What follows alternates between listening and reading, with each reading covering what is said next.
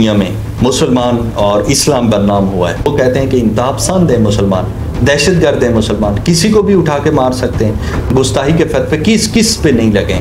जुनैद जमशेद पे लगे हैं, तो क्या उसको आपने मार दिया?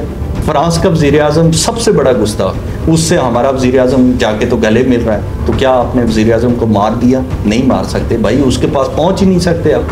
तो जिसके पास पहुंच नहीं सकते उसको खुली छूट है। तो जिसको आप मार सकते हैं, गरीब बंदे को मार सकते हैं, तो उसको एकदम से आपने मार दिया। क्या गुस्ताही हमारी असम्बलियों में नहीं हो रही है? सूदखोरी नहीं की जा रही है, ज़िनाखोरी नहीं की जा रही है, शराब नोशी नहीं की जा रही है? क्या ये कुछ भी नहीं हो रहा है? सिर्फ एक चीज़ हो रही है, जो गरीब बंदा अगर उसकी थोड़ी सी ज़बान फिसल जाए और अगर वो कोई गलत बोल दे तो आप फ़ौरन उठ के उसको कत्ल कर देते। खुदा का वास्ता है यार, इस्लाम का गलत इस्तेमाल ना करें।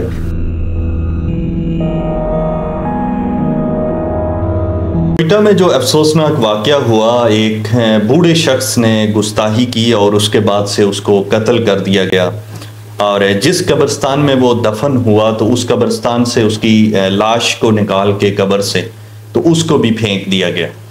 ये पूरी कहानी कैसे हुई और कैसे इस शख्स ने गुस्ताही की, और क्या ये वाकई में गुस्ताही थी या नहीं थी, आज 2-3 दिन से मैं इस पे रिसर्च कर रहा था और कोशिश की है कि कोयटा के जो मकामी लोग हैं तो उनसे मालूमात लगाई जा सके। और फिर क्योंकि ये सारी चीज़ें पश्तू में थी तो मैंने ट्रांसलेट करके तो पूरे समझने की कोशिश की, और 2 दिन के बाद जो है तो वो ये वीडियो आपके लिए रिकॉर्ड कर रहा हूँ।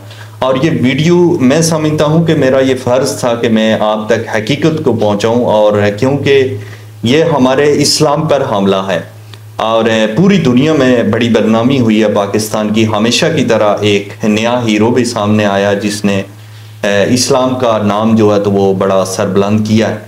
तो ये पहले आप वाक़े जान लें कि हुआ वाक़या कैसे है, और उसके बाद से मैं कुछ तफसील और कुछ फैक्ट बताऊंगा, जिसके बाद आप समझ पाएंगे कि क्या वाकई में ये गुस्ताही थी या नहीं। अच्छा जी, कोयटा जबले नूर जगह का नाम है जहाँ पर ये वाक़या पेश आया है, और उसके बाद ये जो शख्स है इसका नाम अब्दुल अली है, और सखी होटल के नाम से एक ये चाय का होटल ये चला रहा था। 8 सितंबर का ये वाक़या है जिस दिन पीटीआई का जलसा था इस्लामाबाद में, और ये शख्स इस्लामाबाद आया हुआ था क्योंकि ये पीटीआई का सपोर्टर है। और यहाँ से जब वापसी जा रहे थे या अपने गांव में, तब रास्ते में ये वीडियो रिकॉर्ड की गई है जिसमें उसने गुस्ताही की है।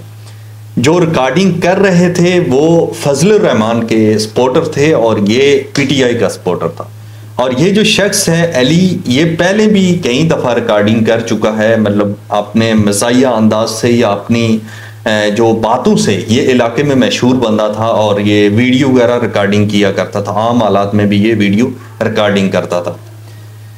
इसके जो घर वालों से हमें मालूमात पता चली है तो वो ये है कि ये 5 टाइम नमाज पढ़ता था, और क्योंकि आपको पता है कि जितने भी पठान भाई हैं हमारे, तो ये अक्सरियत इनमें नमाजी होते हैं, और ये पढ़ा लिखा नहीं था। आपको पता है कि पठान जो पसमंदा इलाके हैं तो उनमें कम लोग पढ़ते हैं, ज़्यादातर लोग मदरसे में जाते हैं और उसके बाद से अपना कारोबार करते हैं। तो ये भी वैसा ही था, और शुरू में इसने मदरसा पढ़ा था और उसके बाद से जो है तो अपना कारोबार शुरू कर दिया। मतलब इसकी तालीम नहीं थी ये, क्योंकि पीटीआई का सपोर्टर था तो मौलाना के सख्त खिलाफ था।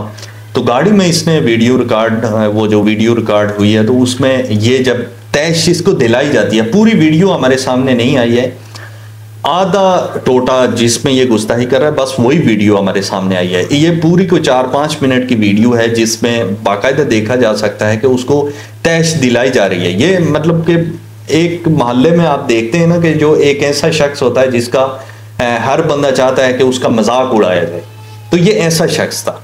4-5 बंदे थे जो इसको तैश दिलाने की कोशिश कर रहे थे और इसकी बातें सुनना चाह रहे थे कि ये क्या कहना चाहते हैं। तो उसी दौरान ये वीडियो भी रिकॉर्ड हो रही थी। पहले अल्फाज अदा किए जो ख़त्म नबूवत के हवाले से थे और हमारे नबी के हवाले से बड़े गलत अल्फाज इसने यूज़ किए। अब उसके बाद से ये वीडियो वायरल हो गई। तो वीडियो वायरल होने के बाद से लोगों ने देखा कि यार ये तो गुस्ताही कर रहा है, और जिसने भी वायरल की है तो उसने लेबल यही लगाया कि ये बंदा गुस्ताही कर रहा है। अब उसके बाद ये हुआ कि जो भी अहले इलाका थे उन्होंने जाके तो इसके खिलाफ FIR करवा दी। FIR करवाने के बाद फौरन पुलिस ने इसको पकड़ लिया और पकड़ के थाने ले गई। आपने वीडियो देखी होगी कि थाने के बाहर जो है तो वो गेट को तोड़ने की कोशिश कर रहे हैं अहले इलाका। तो उन्होंने कहा कि इस बंदे को हमारे हवाले करें, हम इसका खुद जो है तो वो इंतकाम लेंगे, इसने बड़ी गुस्ताही की। उसके बाद से पुलिस ने देखा कि अगर यहाँ पर रखा तो हमारे लिए भी खतरा है और इसके लिए भी खतरा है, तो उन्होंने फौरन किसी दूसरी जेल में उसको शिफ्ट कर दिया। जिस जेल में शिफ्ट किया तो वहां पर ये जो सैयद खान नामी जो लड़का था, ये पुलिस एहलकार था, कोयटा की पुलिस में ये ड्यूटी दे रहे। तो इसने जैसे ही वहां पर पहुंचा तो मौके पर इसको देखकर तो इसको गोली मार दी।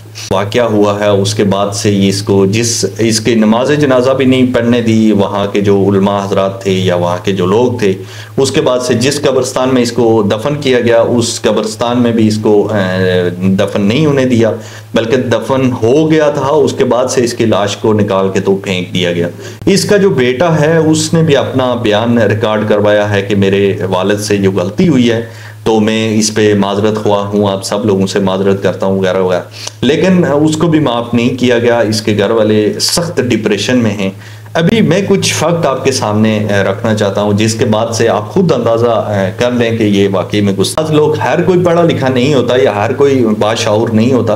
बाज लोग जो कम शऊर वाले होते हैं या जो जिनको कम मालूमात होती है तो वो एकदम से तैश में आ जाते हैं और बहुत गालम गलोच शुरू कर देते हैं, आपके लीडर के खिलाफ बातें करना शुरू कर देते हैं। तो वैसे ही यहाँ पर भी हुआ, इसको पहले तैश दिलाई गई और उसके बाद से इसने क्योंकि ख़त्म नबूवत की बात आई और मौलाना फजलुर रहमान की बात आई, मौलाना फजल के ये खिलाफ था और इसने तैश में आके तो ऐसी गलत ज़बान इस्तेमाल की जिसकी वजह से इस पर गुस्ताही रसूल का फतवा लगा दिया गया। हम देखा जाए 1400 साल पहले की देखा जाए तो एक वाक़या ऐसा मिलता है हमें कि जब मस्जिद नबवी में एक देहाती शख्स आया तो उसने आके तो पेशाब करने की कोशिश की, पेशाब करने लगा बल्कि, तो साहबा ने उसको पकड़ने की कोशिश की मगर हुजूर पाक सल्लल्लाहु अलैहि वसल्लम ने उसको रोक दिया, उनको रोक दिया कि इसको पेशाब करने दो। जब वो पेशाब कर चुका तो उसको समझाया गया कि ये मस्जिद है, ये इंतहाई मुकद्दस जगह है, यहाँ पर ऐसी गलीज हरकत नहीं करते, ये आपने गलत हरकत की। हालांकि देखा जाए तो वहाँ पर ना सिर्फ अल्लाह और उसके रसूल की गुस्ताही थी बल्कि मस्जिद नबवी जो इंतहाई पाक साफ जगह है तो उसकी भी गुस्ताही थी, मगर वहाँ पर ना ही कोई कत्ल का फतवा जारी हुआ और ना ही उसे कत्ल किया गया। उसके अलावा अगर एक और वाकया देखा जाए तो जब एक शख्स का ऊँट गुम हो गया तो उसे जब ऊँट वापस मिला, सहरा में था, उसे कोई उम्मीद नहीं थी, तो उसने एकदम से ये कहा कि अल्लाह, मैं तेरा अल्लाह और तू मेरा बंदा, मतलब कि उसने अल्लाह की गुस्ताही की। लेकिन हुजूर पाक अलैहिस्सलातु वस्सलाम ने फरमाया कि अल्लाह नहीं उससे नाराज हुआ और ना ही कोई ये गुस्ताही वाला फतवा उस पर सादर होता है। इसमें एक और बात भी मैं ऐड करना चाहता हूँ कि सिर्फ एक चीज़ पे आप इस्लाम को लेकर चलना शुरू हो जाते हैं कि बस सिर्फ इसी चीज़ में क्या इस्लाम है। हमारे यहाँ देखा जाए तो मैं बड़ी माजरत के साथ उलमा हज़रात से बड़ी माजरत करूँगा पहले कि मुझ पर कोई फतवा ना जारी हो जाए।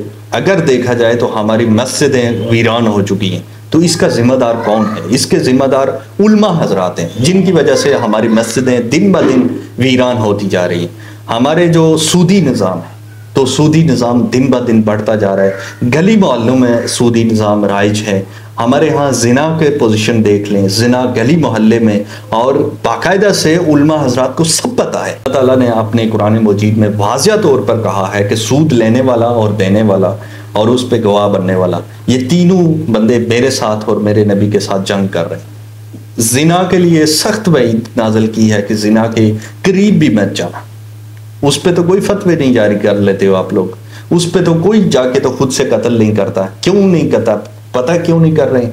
इस चीज़ पे पता क्यों नहीं बोल रहे हैं? इस चीज़ पे पता क्यों नहीं कर रहे हैं? क्योंकि इस पे कानून मौजूद है। आप पूरे प्रोसेस के जरिए एक बंदे तक पहुंचते हैं और फिर जब आप किसी पर भी कत्ल का इल्ज़ाम लगा देते हैं, उसकी जान इंतहाई कीमती चीज़ है, किसी भी इंसान की जान इंतहाई कीमती चीज़ है। और जब अल्लाह ताला ने ये हुक्म दिया था कि जिना करने वाले को कत्ल कर दिया जाए, संसार कर दिया जाए। तो उस पर पता है क्या कहा था? उस पर कहा था कि 3 गवाह पेश किए जाए, अगर गवाह नहीं है तो आप उस पर संसार नहीं कर सकते। तो ये कैसा यार आप लोगों ने मजहब का इस्तेमाल किया है, कैसा गुस्ताखे रसूल है जिस पे कोई गवाह आपको ज़रूरत ही नहीं है, किसी उल्मा की ज़रूरत ही नहीं है, किसी आलिम की ज़रूरत ही नहीं है।